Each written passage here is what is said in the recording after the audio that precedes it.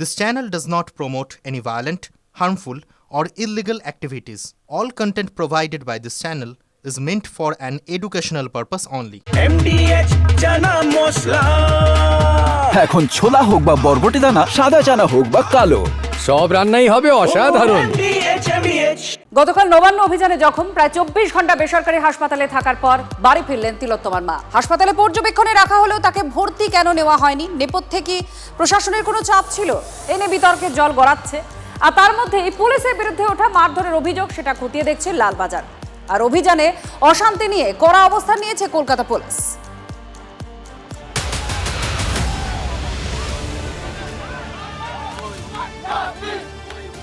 আরজিকর কাণ্ডের 1 বছরের মাথায় মেয়ের হত্যাকাণ্ডের সুবিচার চেয়ে পথে নেমেছিলেন তিলোত্তমার মা বাবা।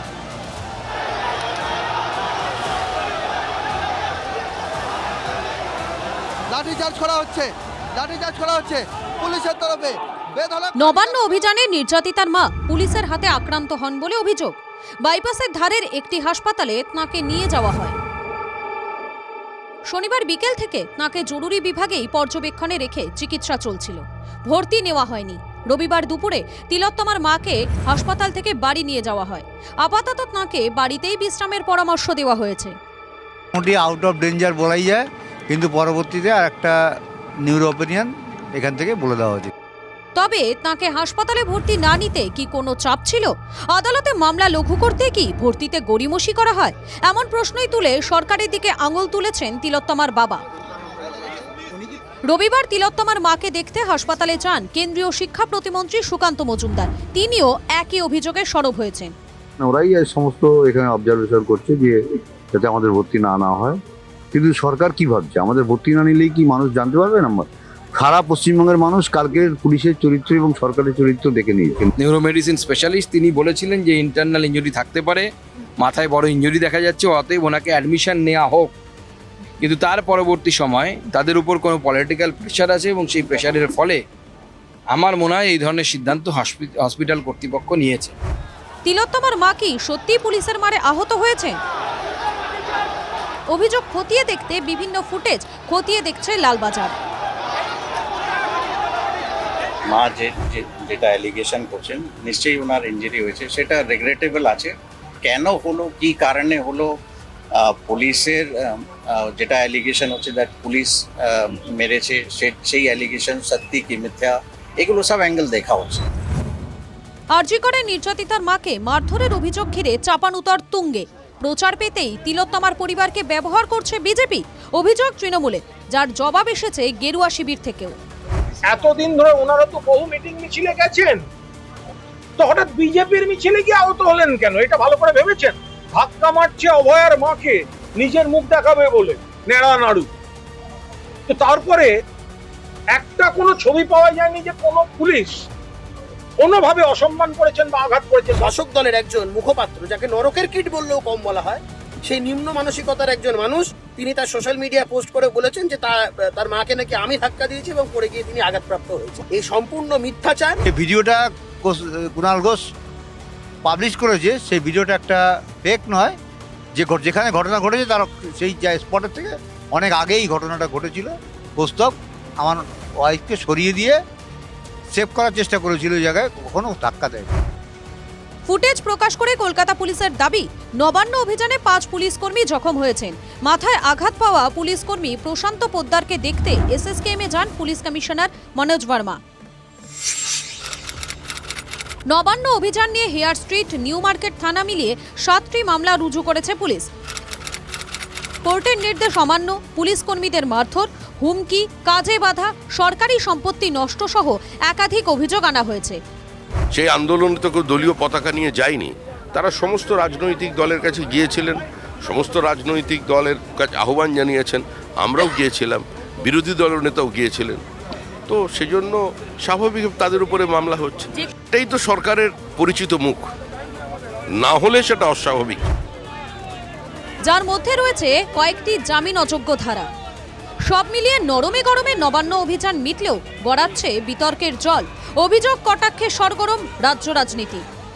যত আমাকে মারবে তত আমার লড়াইয়ের যে আন্দোলনের তীব্রতা আরও বাড়বে। সত্যজিৎ মণ্ডল, সুপ্রিয় গুহ, সৌভিক সরকারের রিপোর্ট, TV9 বাংলা। আর এর মধ্যে অভিযোগ উঠছে তিলোত্তমার মায়ের ইনজুরির রিপোর্ট বদল করা হয়েছে। ডিসচার্জ রিপোর্ট ছিল না, সেখানে আঘাত নিয়ে রোগীর কোনো বয়ান। তিলোত্তমার বাবা এবং আইনজীবীর প্রশ্নেই রিপোর্ট বদল। অবশেষে রিপোর্ট উল্লেখ তিলোত্তমার মায়ের অভিযোগ পুলিশের মারে আহত, উল্লেখ মেডিকেল রিপোর্টে। রিপোর্ট বদল করা হয়েছে। এই অভিযোগ করা হয় যে কিভাবে আঘাত পেয়েছেন সেটা উল্লেখ করা হয়নি। ডিসচার্জ রিপোর্টে ছিল না আঘাত নিয়ে রোগীর কোনো বয়ান। তিলোত্তমার বাবা আর আইনজীবীর প্রশ্নে এবার রিপোর্ট বদল হলো। অবশেষে সেই রিপোর্টে লেখা হলো তিলোত্তমার মায়ের যে অভিযোগ যে পুলিশের মারেই আহত হয়েছেন, উল্লেখ করা হয়েছে হাসপাতালের রিপোর্টে। মেইন রিপোর্টটা, সেই রিপোর্টটা গতকাল আমাকে দিয়ে সই করিয়েছিল। সেই রিপোর্টে যা লেখা ছিল, আজকে যে রিপোর্টটা আমাদের হাতে তুলে দিচ্ছে সেই রিপোর্টটা অন্যরকম, অন্য কিছু লেখা আছে সেটার মধ্যে। যেমন বলছে যে একটা র্যালি থেকেই দুর্ঘটনা ঘটেছে, কিন্তু পুলিশ যে মেরে এটা ঘটনাটা ঘটিয়েছে সেটা সেখানে উল্লেখ নেই। আমরা আদালতে তো আমরা একটা এফআইআর তো আমাদের করতেই হবে, কেউ তো করেনি। পুলিশ তো স্বতঃস্ফূর্তভাবে বলেছে যে তদন্ত করবে, কিন্তু কোনো ধরনের এফআইআর এখনো পর্যন্ত হয়নি। সুতরাং আমাদেরই সেই কাজটা করতে হবে। আমরা মেলে করে দেবো, মেল করে দেবো। দিন কয়েক আগেই কোচবিহারে শুভেন্দু অধিকারীর গাড়িতে হামলা হয়েছে একটি কর্মসূচিতে। শনিবার ভরা বাজারে হাটের মধ্যে গুলিতে ঝাঁঝরা হয়ে গেলেন তৃণমূলের এক যুব নেতা। একের পর এক হিংসার ঘটনা। রবিবার আবার কোচবিহার জেলার আইন শৃঙ্খলা নিয়ে ঝড় তুলছে বিরোধীরা। কিন্তু কেন খুন হতে হলো দাপুটের শাসক নেতাকে? বোমাটা ফাটিয়ে দিয়েছেন নিহতের বাবা। হত্যার কিনারা করতে একাধিক জনকে জিজ্ঞাসাবাদ করছে পুলিশ, কিন্তু এখনো পর্যন্ত গ্রেফতারি শূন্য। আর অনেকের রুটি ছিল না আমার ওয়াইফ দ্বারা এই পঞ্চায়েতে, তাও অনেকের রুটি ছিল না আমার বাড়ি থেকে প্রধান হবে।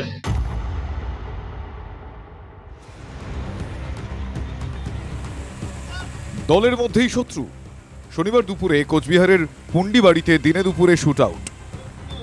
ডোডেয়ার হাটে ঝাঁঝরা হয়ে যান যুব তৃণমূল নেতা অমর রায়, তার মা পঞ্চায়েত প্রধান।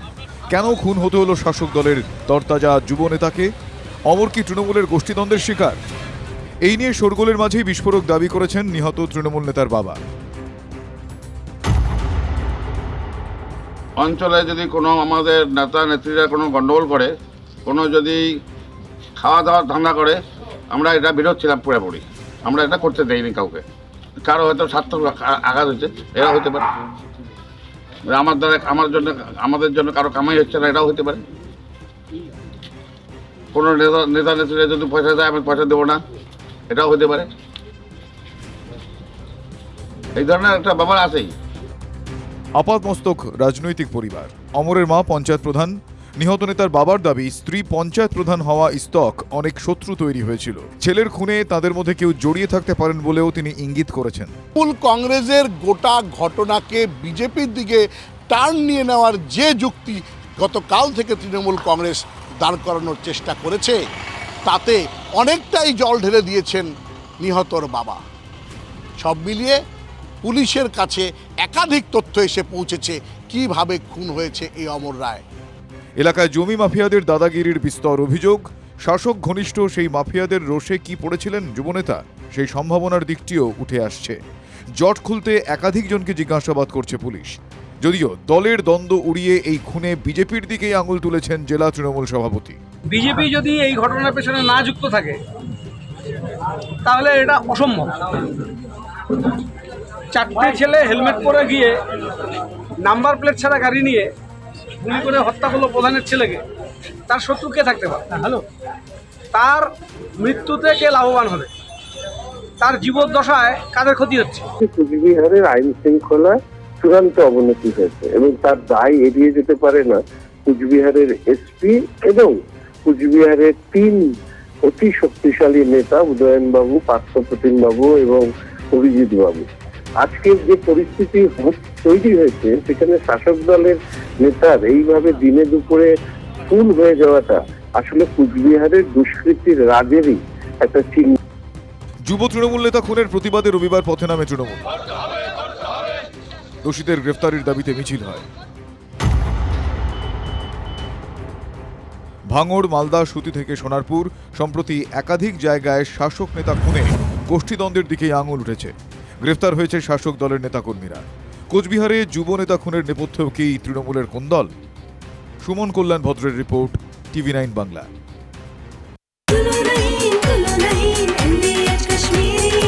আরে কম দে কিন্তু খাঁটি দে। MDH কাশ্মীরি লাল লঙ্কার গুঁড়ো। MDH